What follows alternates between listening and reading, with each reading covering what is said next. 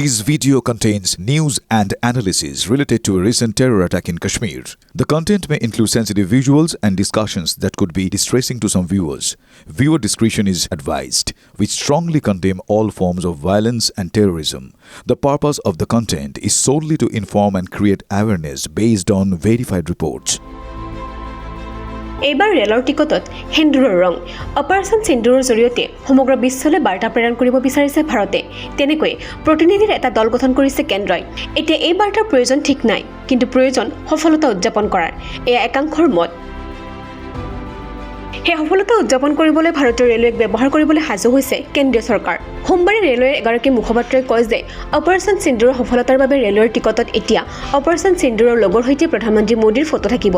এই ফটো কেৱল টিকটতহে দেখা পোৱা যাব। তেওঁ লগতে কয় যে টিকটৰ জৰিয়তে অপাৰেশ্যন সিন্দুৰক প্ৰচাৰ কৰাৰ এটা কাৰণ হৈছে ভাৰতীয় সেনাৰ বীৰত্বক সন্মান জনোৱা। এই বাৰ্তাত কি থাকিব? টিকটৰ একেবাৰে ওপৰত দেখা যাব সেন্দুৰৰ চিন, সোঁফালে দেখা যাব প্ৰধানমন্ত্ৰী মোদীৰ ফটো, বাওঁফালে থাকিব অপাৰেশ্যন সিন্দুৰৰ লোগো। অপাৰেশ্যন সিন্দুৰে সন্ত্ৰাসবাদৰ বিৰুদ্ধে এডাল ৰেখাৰ সৃষ্টি কৰিছে, যিয়ে দেশখনক এক নতুন স্বাভাৱিক পৰিৱেশৰ দিশে আগুৱাই লৈ গৈছে। এই একে ছবি কিন্তু দেখা গৈছে IRCTCৰ ৱেবছাইটতো। তাত টিকট কাটিলে প্ৰধানমন্ত্ৰীয়ে দেশক উদ্দেশ্যি দিয়া বাৰ্তাসকলৰ চকুত পৰিব।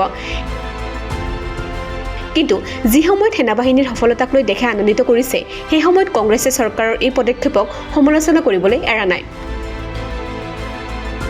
মধ্যপ্ৰদেশ কংগ্ৰেছৰ মুখপাত্ৰই এক চেণ্ডেলত পোষ্ট কৰি কয় যে মোদী চৰকাৰে অপাৰেশ্যন সিন্দুৰৰ বিজ্ঞাপন চলাই আছে।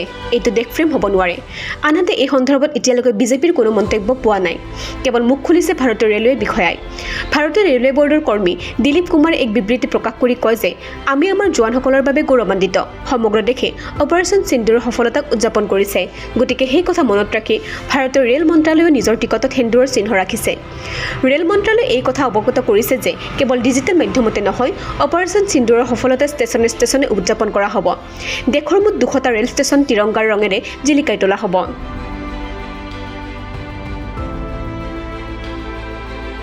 News desk report, TV9 Assam digital.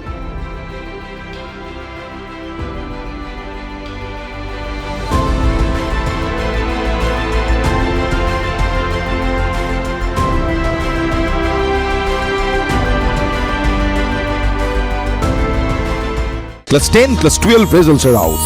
Now the most anticipating questions: what should you study? Where should you study? The answers are now at your fingertips. TV9 Assam Education Expo 2025, Assam's biggest education expo. Degree or diploma, which course is right for you? How should you plan your career? There's one place where all your questions will be answered. TV9 Assam Education Expo 2025. Under one roof, there will be top engineering colleges, renowned universities, leading medical and management institutions. TV9 Network Education Expo 2025 on 24th and 25th May from 10 am to 7 pm at Manuram Diwan Trade Center.